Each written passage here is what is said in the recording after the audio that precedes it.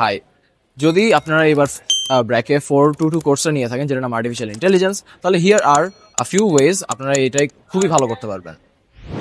Number 1, আপনাকে এই কোর্সে যদি ভালো করতে হয় আপনার সব কিছু আগে দিয়ে প্র্যাকটিস করে যাওয়া উচিত। যেরকম আপনার লোকাল সার্চ, ইনফর্ম সার্চ, আনইনফর্ম সার্চের যে অ্যালগোরিদমগুলো আছে ওগুলো অবশ্যই ক্লাসের আগে প্র্যাকটিস করে যেতে হবে। নাম্বার 2, আপনার এই কোর্সে ভালো করতে হলে অবশ্যই প্রবাবিলিটি পারতে হবে, কারণ আগে যা যা পড়েছেন প্রবাবিলিটি নিয়ে সব আবার আসবে এই কোর্সে, এবং এই কোর্সে এইটারই উপর ভিত্তি করে কিন্তু নাইফ ব্যাজ নামে নতুন একটা টপিক পড়ানো হবে। এবং এইটার পরে কনস্ট্রেন্ট স্যাটিসফ্যাকশন প্রবলেম নামে একটা টপিক আছে, এইটাও আপনাদেরকে পড়ানো হবে, এবং ডিসিশন ট্রিও একটা টপিক আছে, এটাও পড়ানো হবে। এই তিনটা জিনিস আপনার প্র্যাকটিস করতে হবে, কিন্তু সবগুলোই কিন্তু ভিত্তি করে প্রবাবিলিটির উপর। কনস্ট্রেন্ট স্যাটিসফ্যাকশন প্রবলেমের জন্য অনেক ভিডিও পাবেন অনলাইনে, সবগুলো দেখলেই হয়ে যাবে। নাম্বার 3, যদি এই কোর্সে ভালো করতে হয় আপনাকে সব কিছু প্র্যাকটিক্যালি পারতে হবে।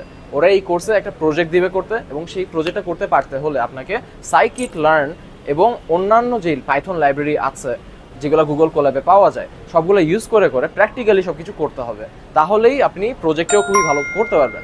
এই প্রজেক্টটা কিন্তু ক্লাসিফিকেশন টাস্কই হবে একটা, এবং এটা খুবই সোজা একটা প্রজেক্ট, কিন্তু মানুষ প্র্যাকটিস করে না বলে ওদের অনেক সময় যায়, ইন দি এন্ড ওদের প্রজেক্টটাও খারাপ হয়। দ্যাটস ওয়াই সবকিছু আগে দিয়ে প্র্যাকটিস করে গেলে আপনার জন্যই ভালো। এই তিনটা পয়েন্ট যদি আপনারা মাথায় রাখেন তাহলে আপনারা এই কোর্সে অবশ্যই ভালো করবেন। Best of luck guys.